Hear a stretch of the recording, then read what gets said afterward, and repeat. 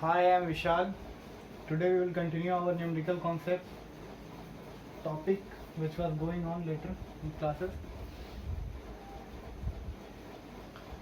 So अगर आप देखें इस क्वेश्चन को तो हमें पता चलता है भाई इसमें कि भाई ये जो क्वेश्चन है कि क्वेश्चन बड़ा सिंपल है, बहुत कोई इसे बनाए भी होंगे और इसे बनाने के बाद क्या होगा तुरंत आगे बढ़ जाते हैं, लेकिन यहाँ पे एक छोटा सा कॉन्सेप्ट छुपा हुआ है। उस कॉन्सेप्ट को बहुत ज़रूरी है, इंपॉर्टेंट है समझना। इस क्वेश्चन को पढ़िए और एक बार ट्राई कीजिए खुद से सॉल्व करने का। इसे सॉल्व कीजिए और रिकॉल कीजिए। इससे पहले आपको रिकॉल करना होगा ओम्स लॉ। ओम्स लॉ का एक डेफिनेशन, एक लाइन, वहीं पर इसका आंसर छिपा हुआ है। ठीक है, एक बार रिकॉल कीजिए। और ये तो हो गया यहाँ से और इस क्वेश्चन का बात। और ट्राई कीजिए कि इस लॉकडाउन को बहुत अच्छी तरीक़ा से आप यूटिलाइज़ कर पाएँ, ताकि इन केस अगर आप या आप खुद से पूछे, चाहे खुद कोई आपसे कोई पूछ रहा हो कि भाई इस लॉकडाउन में आपने क्या किया हो, खैर दूसरा कोई पूछता है तो हमारे पास बहुत आंसर होता है कि भाई ये चैप्टर कंप्लीट हो गया, इलेक्ट्रिसिटी ख़त्म हो गया, हमारा फिजिक्स कंप्लीट हो गया, केमिस्ट्री ख़त्म हो गया, अपना एसएसटी ख़त्म हो गया। तो ये तो दूसरे को झूठ बोलने में हम लोग को कुछ करना नहीं है भाई, जवान है कुछ भी बोल दो। बट अगर इंटरनली अगर आप सोचे कभी अकेले में बैठ करके कि हम क्या कंप्लीट किए हैं, कितना घंटा इस पास्ट हमारा जो 50 डेज गुजरा है उसमें कितना घंटा पढ़े हैं, तो अगर इनसाइड से हैप्पीनेस आ रहा है कि अगर हाँ हम कुछ काम किए हैं जो बाकियों से अलग है, जब बाकी पबजी खेल रहे होंगे चाहे जो काम कर रहे हो उससे अलग काम किए हैं, तब आपको लगना चाहिए कि हाँ, अगर आपके इनसाइड से अच्छा फील आ रहा है तो आप समझिए कि नहीं हम कुछ एक अच्छा काम किए हैं। और 100%, 110% आपका एग्ज़ामिनेशन वेलकम कर रहा होगा, रिज़ल्ट वेलकम कर रहा होगा। बट ट्राई कीजिए कि यूटिलाइज़ करें इस टाइम को, लॉकडाउन को 110% आप अपना रिज़ल्ट पे लगाइए, ना कि गेम्स और टाइम पास पे लगाइए। चलिए इस क्वेश्चन को सॉल्व करते हैं। तो अगर आप इस क्वेश्चन को पढ़ लिए होंगे तो आपको पता चल रहा होगा, यहाँ बोल रहा है potential difference between an electric heater, terminal of an electric heater. तो ध्यान देने वाला बात यहाँ है कि सबसे पहले तो ओम्स लॉ के ऊपर थोड़ा सा ध्यान दीजिएगा। Potential difference applied across the ends of the wire is directly proportional to current. और डायरेक्टली को हटाने के बाद हमेशा हमारे पास एक कांस्टेंट आता है, और वो कांस्टेंट यहाँ हमारा रेजिस्टेंस था। यानी ये आर और कुछ नहीं, हमारा एक कांस्टेंट है। चलिए इस बात को थोड़ा बहुत गहराई से समझते हैं।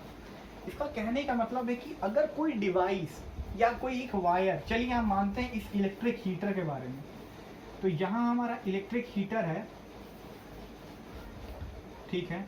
यह हमारा हीटर जो है, इसका जो ये वोल्टेज ले रहा होगा, टर्मिनल्स का मतलब होता है कि यहाँ पे दो इसका टर्मिनल है, इसके अक्रॉस हम जो पोटेंशियल दे रहे हैं इसे 60 वोल्ट दे रहे हैं। कितना दे रहे हैं? 60 वोल्ट। तो अब यहाँ 60 वोल्ट का मतलब ध्यान सुनिए, कहने का मतलब है कि यहाँ कहीं एक पॉजिटिव होगा, यहाँ निगेटिव टर्मिनल होगा। तो कहा जाता है, मतलब ऐसा होता है, कहा नहीं जाता है, ऐसा होता ही है कि जो पॉजिटिव साइड होता है वहाँ पे आपका जो चार्जेस होते हैं वो बहुत ज़्यादा, मतलब समझ लिए बहुत ज़्यादा हाई मात्रा में है। लेकिन लॉजिकल, पहले इसको समझते हैं, जो चार्जेस होते हैं वो बहुत ज़्यादा है, हाई मात्रा में है, और यहाँ पे 0 वोल्टेज है। कहने का मतलब यहाँ पे 60 वोल्ट होगा, यहाँ पे 0 वोल्ट होगा। तो अब जो है इसी को कहते हैं पोटेंशियल डिफरेंस, मतलब दोनों के इंड्स के वायर के इनके अक्रॉस यहाँ पे हम पोटेंशियल डिफरेंस क्रिएट किए हैं, जिसके कारण से करंट दौड़ता है। लेकिन अगर आप लॉजिकली सोचें तो यहाँ पे क्या है, इलेक्ट्रॉन्स निगेटिव चार्ज का मतलब ज़्यादा है, और यहाँ पे पॉजिटिव चार्ज का मतलब क्या है, प्रोटॉन ज़्यादा है। तो ये निगेटिव चार्ज ये शो करता है, थोड़ा सा सोचिएगा, निगेटिव चार्ज ये शो करता है हम क्या किए हैं, बहुत सारा इलेक्ट्रॉन को ला करके यहाँ पे जबरदस्ती बैठा करके रखे हैं, और ये इलेक्ट्रॉन इंतजार कर रहा है कि जैसे ही सर्किट में रास्ता कंप्लीट होगा हम यहाँ से निकलेंगे और एकदम तहलका मचाते हुए पॉजिटिव की तरफ जाएंगे, जहाँ डेफिशिएंसी ऑफ इलेक्ट्रॉन है। तो यही कारण है कि इलेक्ट्रॉन यहाँ से निकलेगा और इलेक्ट्रॉन यहाँ से निकल करके पॉजिटिव की तरफ जाएगा, और जस्ट अपोजिट डायरेक्शन में करंट का फ्लो होता है। ठीक है। तो पोटेंशियल डिफरेंस का मतलब बेसिकली यही है कि एक एंड में बहुत ज़्यादा आपका वोल्टेज और एक में कम वोल्टेज है, ठीक है। अब ज़रा सा आगे बढ़ते हैं तो पोटेंशियल समझें। अब पोटेंशियल समझने के बाद हुआ क्या कि भाई हमसे अगला सवाल जो बोलता है वो it draws a current of 4 ampere, मतलब इसका जो वायर है इसमें जो करंट जा रहा है भाई वो 4 एम्पियर का जा रहा है। कितना? तो जो करंट है ये यूज कर रहा है, चाहे आप यहाँ पे जो ये है ये कितना यूज कर रहा है 4 एम्पियर का करंट, ताकि वो हीट प्रोड्यूस कर पाए, ठीक है। हाँ, तो यहाँ पे हम बता रहे थे भाई कि एक अगर आपको यहाँ पे वोल्टेज इसका पता है 60 वोल्ट 4 एम्पियर, तो जहाँ हम ओम्स लॉ से पढ़े थे पहले कि यहाँ एक कांस्टेंट होता है किसी भी डिवाइस का, उस कांस्टेंट का नाम होता है रेजिस्टेंस, और वो कांस्टेंट तब तक ही रहता है जब तक टेम्परेचर कांस्टेंट होना चाहिए। फॉर एग्जांपल अगर आप ये पढ़े होंगे किसी कांस्टेंट के बारे में, एग्जांपल समझिएगा, मतलब कहने का मतलब यहाँ हम बता देते हैं कि रेजिस्टेंस कांस्टेंट तब तक ही रहेगा जब तक टेम्परेचर घटता बढ़ता नहीं है, और इसका हम बहुत अच्छा समझा चुके हैं आपको एक वीडियो, पिछले वीडियो में। तो रेजिस्टेंस कहने का मतलब इस डिवाइस के लिए कांस्टेंट है जो वैल्यू इसके लिए कभी चेंज नहीं होगा जब तक टेम्परेचर वहाँ बढ़े नहीं, ठीक है। एक चीज़ तो यहाँ खत्म हो गया, मतलब रेजिस्टेंस कांस्टेंट है। तो सबसे पहला चीज़, यहाँ हमारा 60 वोल्टेज है, यहाँ 4 एम्पियर है, हम R निकालेंगे, दैट इज V/I। तो हमें R इज इक्वल टू कितना मिलता है 15 ओम, 60/4, तो 4 का टेबल में 15 बार में हमारा आता है। तो ये जो 15 ओम आया ये इस हीटर के लिए, इलेक्ट्रिक हीटर के लिए कांस्टेंट वैल्यू, जो कि बदलेगा नहीं, जो कि बदलने वाला नहीं है। लेकिन अब ये क्या बोलता है, अब ये क्या बोलता है कि इस हीटर को अब हमको मन नहीं है ये इस पे 60 वोल्ट देने का, ये बहुत कम हीट देता है। तो हमें बोला गया कि इसी हीटर को दोबारा से हम क्या करते हैं, अब हम दे रहे हैं यहाँ पे 120 वोल्ट, ताकि वो एनर्जी ज़्यादा प्रोड्यूस करे। जब 120 वोल्ट देंगे तो बताइए ये करंट कितना लेगा, ये करंट कितना खाएगा। तो हम यहाँ रेजिस्टेंस इसीलिए निकाले थे, रेजिस्टेंस निकाले ताकि इसका एक कांस्टेंट वैल्यू तो हमें पता चल गया भाई, जो कि कभी बदलने वाला नहीं है। बाकी कुछ भी बदले, वोल्टेज बदल दिया गया, करंट भी बदल जाए, लेकिन ये वैल्यू नहीं बदलेगा। तो यहाँ पे देखिए हम I निकालेंगे, I इज इक्वल्स टू हो जाएगा हमारा V/R। तो I will be equals to V, हमारा पता है हमें 60, सॉरी V चेंज हो चुका है, अब ये 120 है और R कितना है 15 है। जब हम इसे सॉल्व करते हैं, हाँ तो देखिए यहाँ हम जब सॉल्व किए I का वैल्यू निकाले तो I का वैल्यू हमारा 8 एम्पियर आ गया। इट मीन्स कि हमारा जो अब हीटर है ये हीटर 8 एम्पियर का करंट ले रहा है, ठीक है। तो यहाँ ये छोटा सा कॉन्सेप्ट जो था हमारा छिपा हुआ था, इसी को समझना बहुत ज़रूरी था कि रेजिस्टेंस का बात क्या है।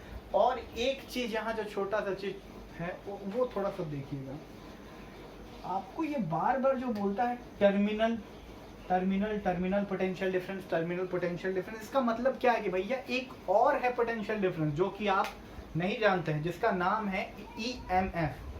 EMF जो होता है इलेक्ट्रोमोटिव फोर्स होता है। आपको बस इतना जानना है कि 3 तरह का पोटेंशियल डिफरेंस होता है, ये 3 तरह का पोटेंशियल डिफरेंस होता है। अगर हम यहाँ पे अच्छा इसे रब कर देते हैं ताकि अच्छा समझा पाए।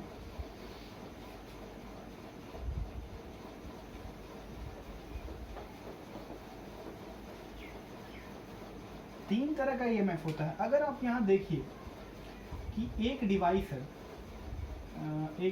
है, ये हमारा मान लीजिए हमारा AC है ये, और ये हमारा बल्ब है, और ये हमारा बैटरी है। For class 10 this diagram is complete. यहीं पर क्लास 10 का डायग्राम खत्म हो जाता है अगर किसी सर्किट डायग्राम को दिखाना है तो। बट आपको एक चीज़ जानना हुआ है, एक चीज़ छुपा हुआ है। वो चीज़ जो छुपा हुआ है वो है आपको इंटरनल रेजिस्टेंस। ये जो आप देख रहे थे ना, ये था आपका टर्मिनल PD, ठीक है। अब हम, और ये अब देखिए ये टर्मिनल पीडी है और ये जो बॉक्स बनाए हैं हम, जो ये बॉक्स बनाए हैं और यहाँ एक छोटा सा दिए, इन सबको मिला करके पूरा सर्किट का उसे कहते हैं हम ईएमएफ। इस डिवाइस के अक्रॉस पोटेंशियल डिफरेंस जो लग रहा है वो होता है simple potential difference across the device. यहाँ पे भी potential difference across the device. अभी भी अब नहीं क्लियर हुआ होगा कि भाई ये होता क्या है, ये जो बड़ा सा बनाए इंटरनल रेजिस्टेंस करके। तो आप एक बैटरी लाइएगा, उससे पूछिएगा कि भाई कितना वोल्टेज का है, तो बोलेगा 12 वोल्ट का बैटरी दे रहा है हमको। 12 वोल्ट का बैटरी लाइएगा और उसको आप वोल्ट मीटर तो लैब में मिल जाएगा, आप वोल्ट मीटर से आप एक बार थोड़ा सा उसका वोल्टेज नाप के देखिएगा, तो वहाँ वो 12 वोल्ट नहीं दिखा रहा होगा, क्योंकि ये जो 12 वोल्ट है वो उसका ईएमएफ है, वो ईएमएफ का वैल्यू था, ठीक है। और जो आपको वोल्ट मीटर शो करेगा वो टर्मिनल पोटेंशियल डिफरेंस होगा, क्योंकि बैटरी का अगर आप देखे होंगे तो ये बैटरी का जो ऐसा रहता है, ये पॉजिटिव या निगेटिव, तो ये टर्मिनल पीडी आप वहाँ वोल्ट मीटर से नाप रहे हैं, ना कि ईएमएफ। ईएमएफ जो होता है वो कंप्लीट पोटेंशियल डिफरेंस होता है, जो कि पूरा केमिकल एनर्जी जिससे वो एनर्जी जनरेट होता है वो होता है। तो ठीक है, ये कॉन्सेप्ट था।